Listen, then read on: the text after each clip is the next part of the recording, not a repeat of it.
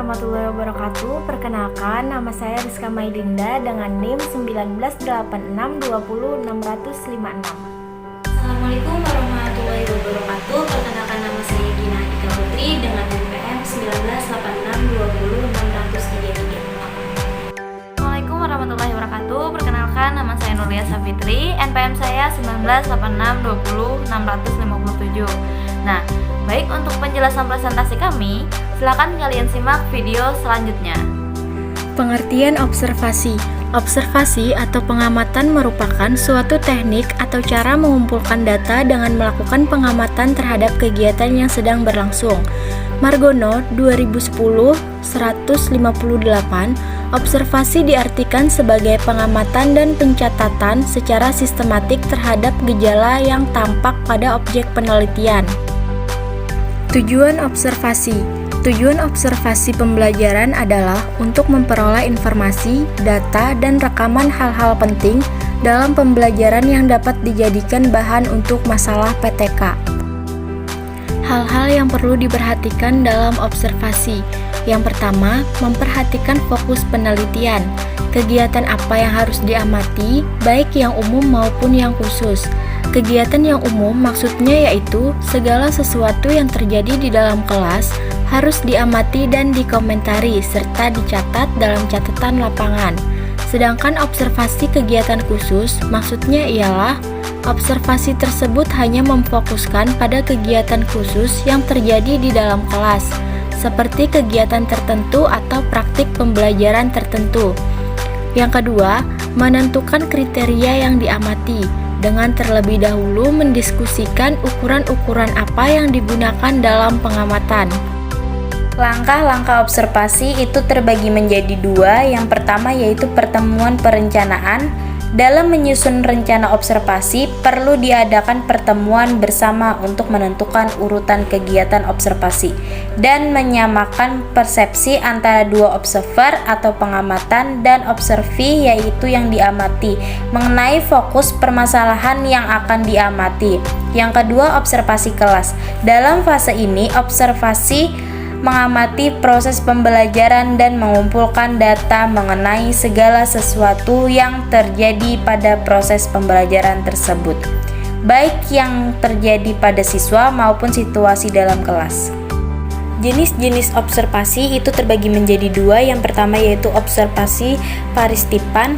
Dalam observasi ini, penelitian terlibat dengan kegiatan sehari-hari yang sedang diamati atau digunakan sebagai sumber data penelitian. Sambil melakukan pengamatan, peneliti itu melakukan apa yang dikerjakan oleh sumber data. Dengan observasi partisipasi ini, maka data yang diperoleh akan lebih lengkap dan sampai mengetahui apa yang tingkat makna dari setiap perilaku yang nampak, misalnya guru yang bertindak sebagai peneliti dan di dalam kelas sebagai guru peneliti hendaknya mencatat hasil pengamatan secara sistematis. Yang kedua yaitu observasi non-paristipan. Di dalam jenis observasi ini, peneliti tidak terlibat secara langsung. Peneliti hanya mencatat, menganalisis, dan membuat kesimpulan tentang perilaku objek yang diteliti. Pengumpulan data dengan observasi ini tidak akan mendapatkan data yang akurat karena peneliti tidak mengalami secara langsung apa yang dirasakan oleh objek penelitinya. Contoh, seorang guru yang bertindak sebagai pengamat di kelas guru lain yang mengajar bukan di dalam kelasnya, dan guru tersebut hanya mengamati apa yang terjadi di dalam kelas tersebut. Berikut ini adalah contoh bagian observasi tekstur yang menunjukkan bahwa peneliti sedang menghitung berapa jumlah siswa yang bersedia menjawab pertanyaan guru tanpa ditunjuk atau sukarela. Dengan ditunjuk atau tidak sukarela, selain itu juga dinilai secara kualitatif apakah jawaban yang diberikan siswa benar, salah, atau bahkan tidak menjawab pertanyaan yang diajukan di luar sasaran. Kemudian, guru menjumlahkan jawaban dari masing-masing kriteria penilaian.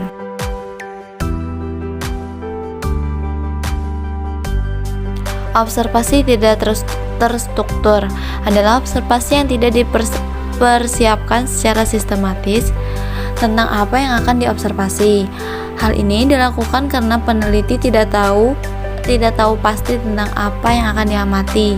Dalam melakukan pengamatan, peneliti tidak menggunakan instrumen yang telah baku, tetapi hanya berupa rambu-rambu pengamatan. Observasi terbuka merupakan teknik observasi yang dilakukan dengan cara mencatat segala sesuatu yang terjadi di dalam kelas. Misalnya, ketika melakukan tanya jawab dengan siswa, segala sesuatu yang terjadi ketika kegiatan itu berlangsung dicatat oleh guru sebagai bahan observasi yang selanjutnya akan dianalisis dan akhirnya dibuat kesimpulan. Observasi sistematik. Observasi ini cenderung menggunakan skala yang pada dasarnya adalah hasil pemikiran orang lain yang menyusun skala tersebut.